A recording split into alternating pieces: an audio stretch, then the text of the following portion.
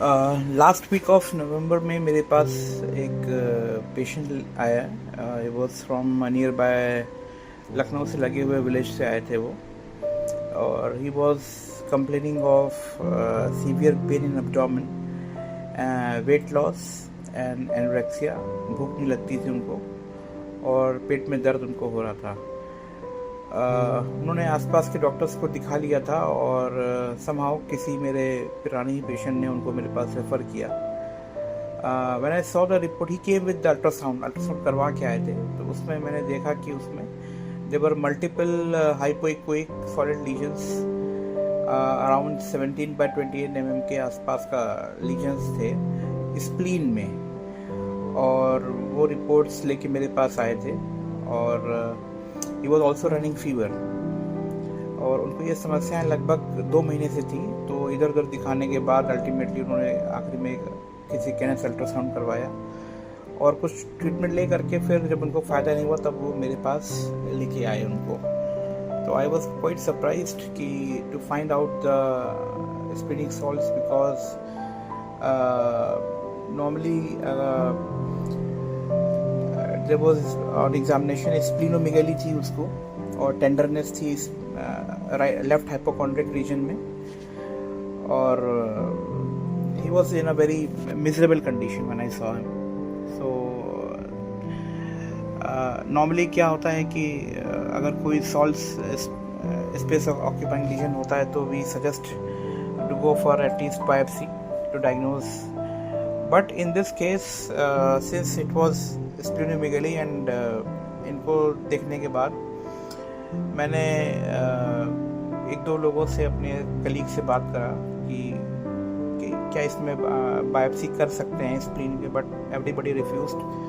So I have no other option but to begin with treatment, and taking with all the history and careful analysis of the case, I began with treatment. And it was last week of November when I started the treatment, and subsequently इसमें follow-up में patient मेरे पास आते रहे। मैंने उनको fever के लिए medicine दी और कुछ स्प्लीनिक रेमेडीज़ दी जो कि स्प्लीन पे काम करती है। Since there was no much literature about the space occupying lesion, I tried to give some splenic remedies.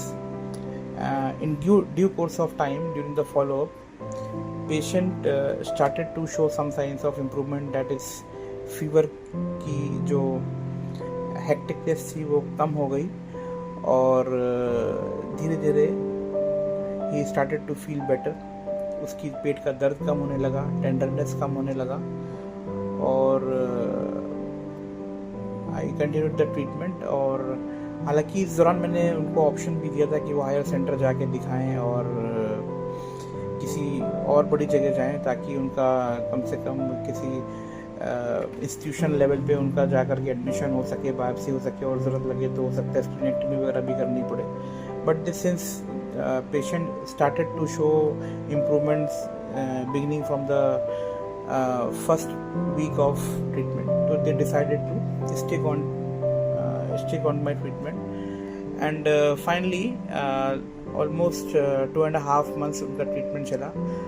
And अभी जब लास्ट उनका अल्ट्रासाउंड करवाया तो in the month of February there is ultrasound which shows that there is no splenic sol present, and the patient responded, his weight regained, his fever subsided, and absolutely there was no any evidence of any sol in the ultrasound also.